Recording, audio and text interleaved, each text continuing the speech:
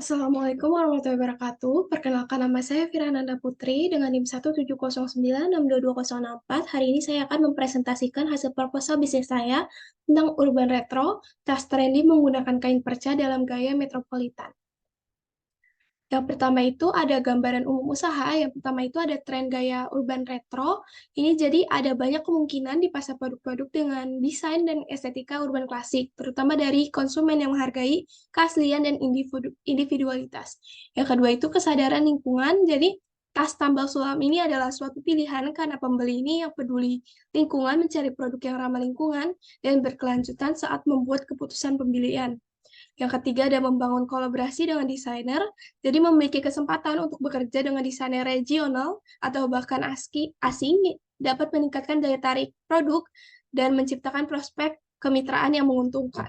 Selanjutnya itu ada melakukan pemasaran melalui media sosial. Jadi bisnis ini dapat menjalin hubungan langsung dengan audiensnya, memperluas basis audiensnya dengan meningkatkan kesadaran merek dengan mempromosikan tas di media sosial. Yang terakhir itu ada personalisasi produk, jadi menawarkan alternatif tas yang dipersonalisasi dapat meningkatkan daya tarik karena memungkinkan pelanggan memiliki produk yang mengekspresikan individualitas dan selera gaya mereka. Selain itu ada komoditas dan sasaran penjualan. Jadi komoditas usahanya itu kain perca, lalu sasaran penjualannya itu Gen Z, orang perkotaan, dan juga orang yang menyukai fashion. Selanjutnya itu ada SWOT. Yang pertama itu ada strength, yang pertama itu inovatif dan unik. Karena penggunaan kain perca ini memberikan tampilan yang unik dan inovatif, membedakan tas dari produk sejenis gitu. Yang kedua ada ramah lingkungan, yaitu menggunakan kain perca mendukung konsep daur ulang dan ramah lingkungan. Selanjutnya itu ada gaya metropolitan, itu sesuai dengan tren gaya metropolitan, menciptakan daya tarik bagi konsumen yang mengikuti mode perkotaan. Weakness-nya itu membangun weakness-nya itu harga produksi. Yang pertama itu pengolahan kain perca ini mungkin membutuhkan biaya produksi yang lebih tinggi dibandingkan bahan lain. Yang kedua itu daya tahan, kain perca ini mungkin kurang tahan lama atau kuat dibandingkan dengan bahan-bahan tas yang lain, yaitu bahan sintetis atau kulit. Yang terakhir itu ada pemahaman pasar, itu ada kemungkinan bahwa konsep kain perca ini tidak sepenuhnya dipahami oleh diapresiasi oleh sebagian pasar.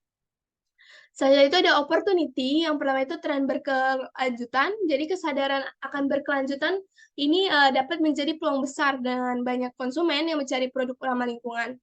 Yang kedua itu kolaborasi dengan desainer terkenal, jadi kerjasama dengan desainer terkenal ini atau influencer dapat meningkatkan visibilitas produk.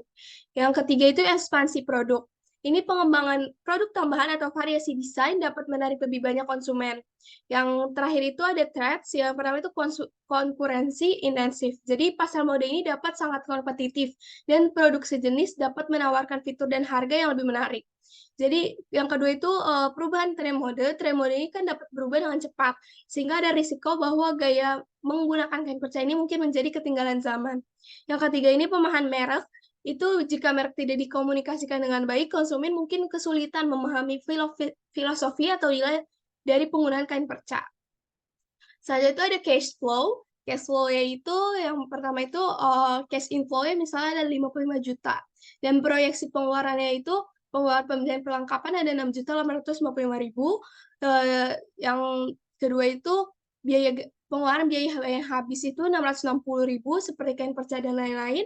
Terus ada biaya gaji karyawan 36 juta, biaya pengiriman itu 600.000, biaya listrik itu 3.600.000, biaya PDAM itu 1.500.000. Jadi cash outflow yaitu 49.215.000 dan net cash flow-nya itu 5.785.000. Jadi kas akhirnya itu ada 5.785.000 dan IRR cash flow-nya itu 11.570.000. Selanjutnya itu ada tahap pembuatan. Pembuatannya itu membuat desain kreatif, terus pemilihan produk utama pada kain perca, pemilihan aksen dan detail, hiasan bordir pada tas, pemilihan warna yang tepat, menggunakan bahan daur ulang, jahitan yang berkualitas, dan pemilihan aksesoris sebagai detail keindahan. Pengemasannya itu menggunakan box dengan desain semenarik mungkin dengan nama produk kita dan juga dilapisi dengan kain putih. Dan pemasarannya itu bisa menggunakan pemasaran sosial media dan membuat situs web. Jadwal kegiatannya itu yang pertama penyusunan proposal pada Bulan 1 dan 2, pembuatan proposal 1 dan 2, proses administrasi bulan kedua dan 3, pelaksanaan kegiatan bisnis ada di bulan 3 dan 4, pemasaran bisnis ada di bulan 3 ke 4, dan pelaporan hasil pelaksanaan ada di bulan 5, dan evaluasi bisnis ada di bulan 5. Sekian dari saya. Wassalamualaikum warahmatullahi wabarakatuh.